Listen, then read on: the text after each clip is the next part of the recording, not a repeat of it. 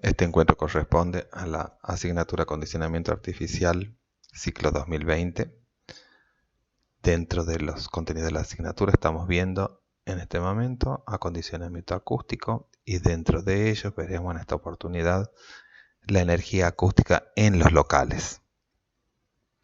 Veremos para ello los conceptos de campo acústico directo, reverberante y campo acústico total.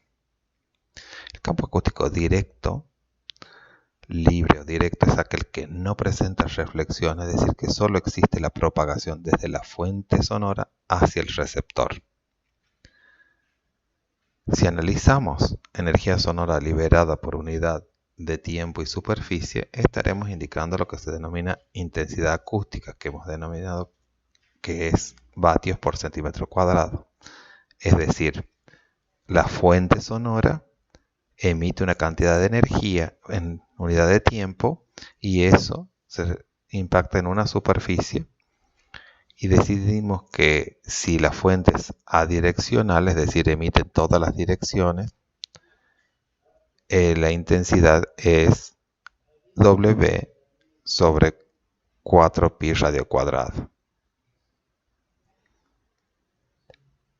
En el campo acústico directo para fuente sonora adireccional, la intensidad acústica del campo directo en vatios por metro cuadrado será igual a I sub D, igual a la potencia acústica de la fuente sonora, dividida en la superficie de la esfera que está implicada, 4pi radio cuadrado, siendo R la distancia entre la fuente sonora y el lugar de medición del sonido. Ahora, si lo queremos expresar en decibeles, es decir, como nivel de intensidad acústica, recordemos que vamos a estar mediados por una relación logarítmica. Por lo tanto, tendremos en cuenta 10 logaritmos de I sub D, que era la intensidad original, ¿sí? Potencia en relación a la superficie esférica, de la que queremos medir, ¿sí? En relación a la intensidad de referencia.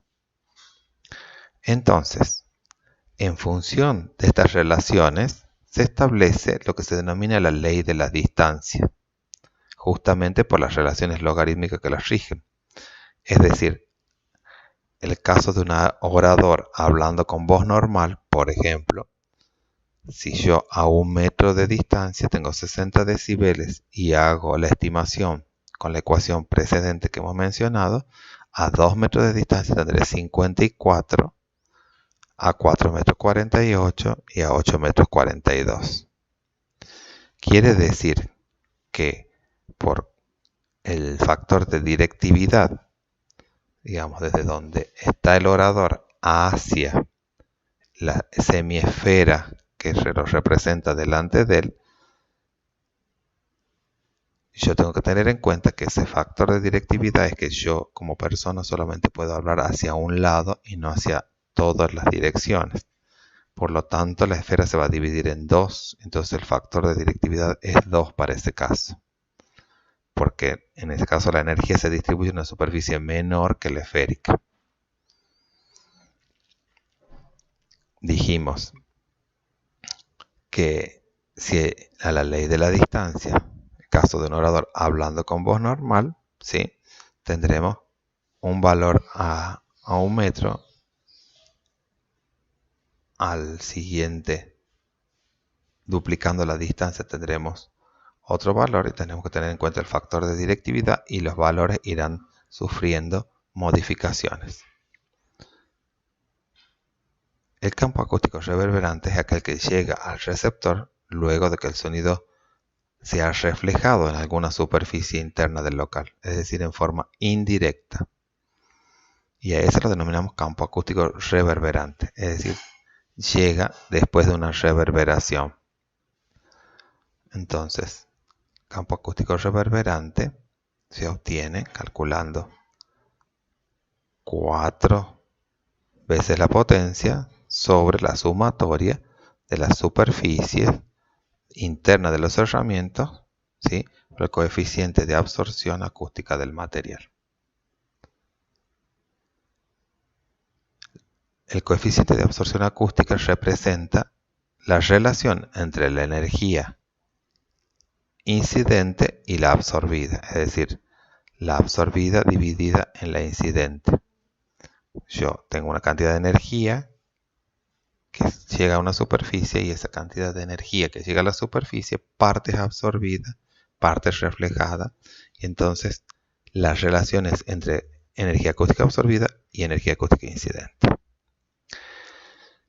Según la absorción que tenga el campo reverberante, tendremos nosotros más o menos reflexiones. Si la absorción es total, será alfa igual a 1, quiere decir que se absorben todas las reflexiones, no hay reflexiones, y si alfa es igual a 0, todo lo que se emite se refleja en las distintas superficies del local.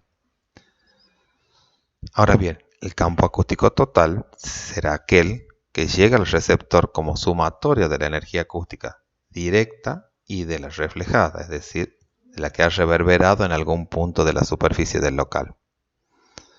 Entonces, la intensidad del campo acústico total es la suma de ambos campos. El campo acústico directo lo calculamos como I sub D igual a la potencia sobre, dijimos, 2pi radio cuadrado por el factor de directividad que hemos utilizado. El campo acústico reverberante será 4 veces la potencia sobre la sumatoria de las superficies por los coeficientes de absorción de cada uno de los materiales de las diferentes superficies que componen el local. El nivel sonoro del campo acústico total, hemos calculado las intensidades, entonces ahora podemos calcular el nivel sonoro del campo acústico total, será 10 logaritmo de la potencia sobre la superficie hemisférica más 4 veces la intensidad sobre la sumatoria de las superficies por los coeficientes de absorción. Todo esto dividido en la intensidad de referencia. Ahora bien, cuando tenemos que avanzar a la detección de problemas acústicos concretos, supongamos un local, como este que está señalado en la figura, que está rodeado de otros locales y también tiene vinculación con el exterior. Entonces deben tenerse en cuenta la naturaleza de los distintos sonidos que pueden llegar por distintos medios a este local y cuya sumatoria será el resultado final del confort acústico o no que ese local tenga. Entonces, este local que está rodeado de diferentes actividades, pero que puede tener ruidos aéreos, ruidos de impacto, que pueden influir en el confort acústico de este local, tiene que tener una detección de los problemas acústicos. Por un lado, ver si el aislamiento acústico aéreo entre un recinto y el exterior, si es el aislamiento acústico aéreo entre recintos, si el aislamiento acústico aéreo en el interior de la vivienda, o el aislamiento acústico a ruidos de impacto, por ejemplo, o limitar los niveles de ruido y de vibraciones que las instalaciones pueden transmitir a los recintos de las viviendas, y la absorción y reflexión acústica interna de los locales. Es decir, la gente puede expresar muchas veces y darnos pautas de las posibles causas de los problemas acústicos que se presentan. Y para cada uno de ellos puede haber distintas soluciones.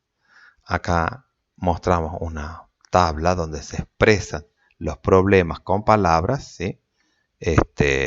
Entonces, las palabras y la música, por ejemplo, no se escuchan con claridad y eso la posible causa puede ser de la reverberación excesiva y en ese caso la solución puede estar relacionada con la absorción.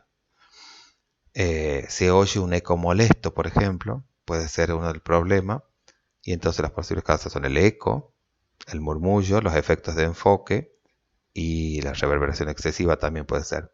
Entonces al eco puede dar al local una configuración correcta, eliminar la causa de los efectos de enfoque o absorción para el caso de reverberación excesiva. Bien, y así sucesivamente uno puede ver distintos problemas, ¿sí? Hay zonas sin sonido en el local y eso puede ser, por ejemplo, mala distribución o la configuración geométrica inadecuada o que se produzca eco en algún momento. Para la mala distribución puede haber superficies reflejantes que ayuden a una buena distribución o si la configuración geométrica es inadecuada, eliminar la causa de los efectos de enfoque o cambiar la configuración. Bien, volvemos a que la determinación de los problemas acústicos comenzarán con los problemas entre el recinto y el exterior, ¿sí? El exterior fuera de la edificación, el exterior dentro de la misma edificación con otro local, el aislamiento acústico en el interior de la propia vivienda, por ejemplo, o de los ruidos de impacto que se pueden transmitir por superficies sólidas, y limitar los niveles de ruido y de vibraciones que las instalaciones puedan transmitir a los recintos de las viviendas y la absorción y reflexión acústica interna de los locales.